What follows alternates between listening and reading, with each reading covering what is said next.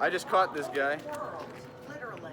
Wow. And so now we're going to look at my least favorite thing. I just caught this. You caught it? Yeah, it was down at Julie's house. Ew, he caught it. That's Drake. How's it going? That's Leo. Hey, nice to meet you guys. And that's Hi. Eric. I have to get your releases. I might make And a video. wait, and this is Pippi Boom Boom. Okay, now we're going. Nice snake. Get that thing away from me. Hey guys, people. check So- it out. Well, you know, Mr. No Fuss over here was busy running errands. I got a text from him saying a neighbor needed help with a gopher snake. So I ran over there real quick. Well, I didn't know it was a gopher snake at the time. He just said a snake. And the neighbor seemed to think it was a rattlesnake, so I got real worried.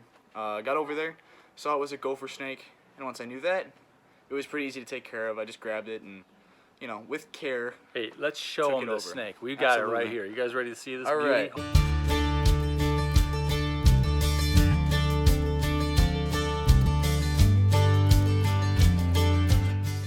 This is the gopher snake.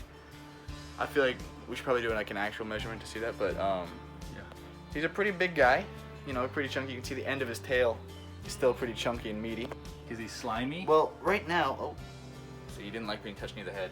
So right now, right, because he had water in his tank, he is just wet. How old do you think he is? Oh, a couple of years. I don't know the biology well enough to carbon date them per se, but gopher snakes are pretty common all over the place. Where we are in Southern California, they are extremely common.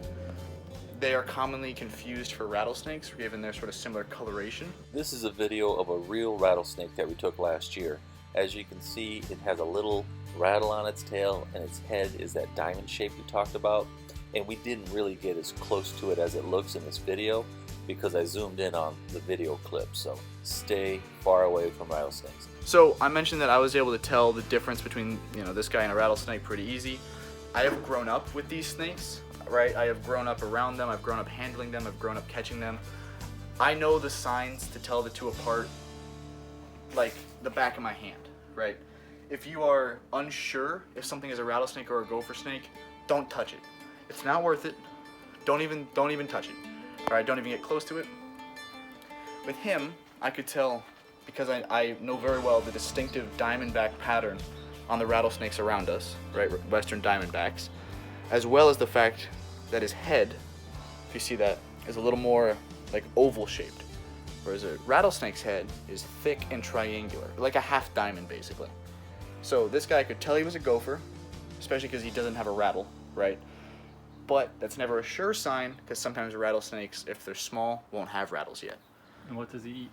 This guy, as his name suggests, will eat gophers. He'll also eat any sort of small animals he can get his hands on. Well, mouth on, I suppose.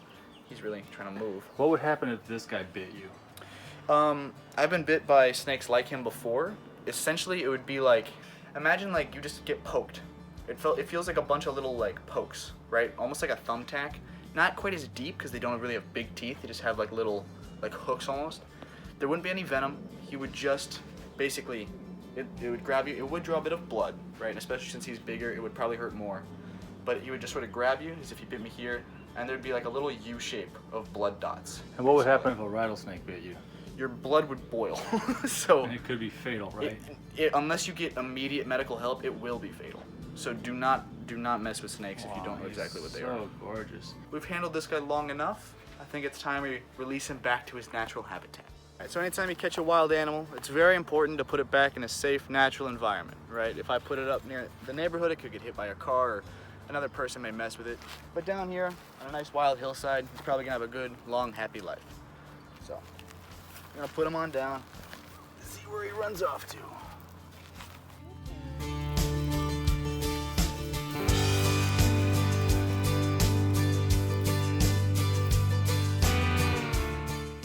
I got my dog's stamp of approval.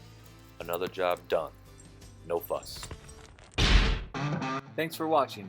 Please like the video, subscribe to the channel, and click that notification bell.